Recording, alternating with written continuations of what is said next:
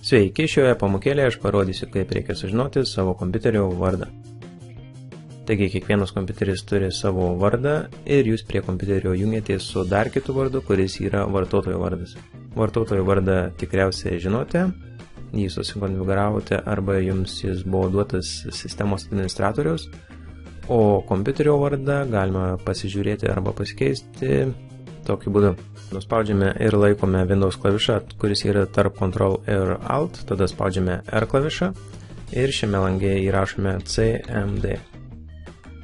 Arba taip pat galime paspausti Start mygtuką ir čia įrašyti CMD.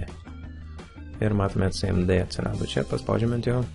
Šiame lange mums dabar reikia įrašyti hostname, norint sužinoti kompiuterio vardą. Taigi mano kompiuterio vardas yra Vytautas _PC. Arba galime rašyti UMI. Ir tada bus parodyta kompiuterio vardas ir jūsų vartotojo vardas. Vartotojo vardą galime pasikeisti Control panelėje, Users meniu, o kompiuterio vardą norint pasikeisti reikia keliauti į My Computerį.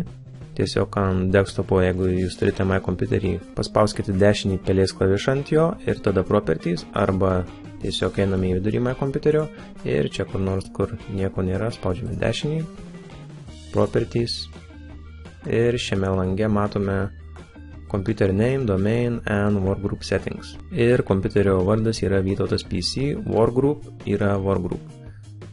Šis nustatymas yra jau numatytas Windows'uose, tik juos instaliavus. Workgroup yra Windows darbinė grupė ir visi kompiuteriai esantys šioje grupėje galės dalintis resursais. Taigi, norint pasikeisti kompiuterio vardą arba darbo grupę, arba domeno nustatymus, spaudžiame Change Settings. Ir šiame lange matome, galime susikonfigūruoti kompiuterio apibūdinimą. Čia dažniausiai nieko nereikia vesti ir kad pakeisti kompiuterio vardo ir domeno nustatymus, spaudžiame Change. Tai čia. Ir matome, kompiuterio vardas yra Vytautas PC. Taigi aš jį noriu pakeisti į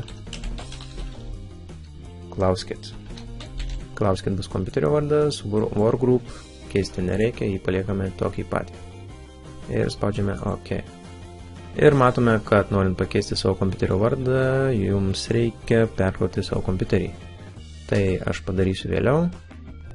Kompiuterio vardo arba vartotojo vardo keisti paprastiems tinklo vartotojams, Windows vartotojams nereikia. Tai daugiau sistemos administratoriaus darbas. Arba šio vardo dar gali kartais reikėti, jeigu norite ką nors pašarinti draugui. Ir nežinote savo IP, tad galite naudoti Windows'ų kompiuterio vardą vietoj IP adreso. O šiai pamokėliai būtų štai tiek. Jeigu nesupratote, apie ką jinai buvo, tiesiog ignoruokite. O jeigu sužinote ko nors naujo, būtinai palaikinkite ir nepamirškite prenumeruoti, kad gauti naujausias pamokas. Iki!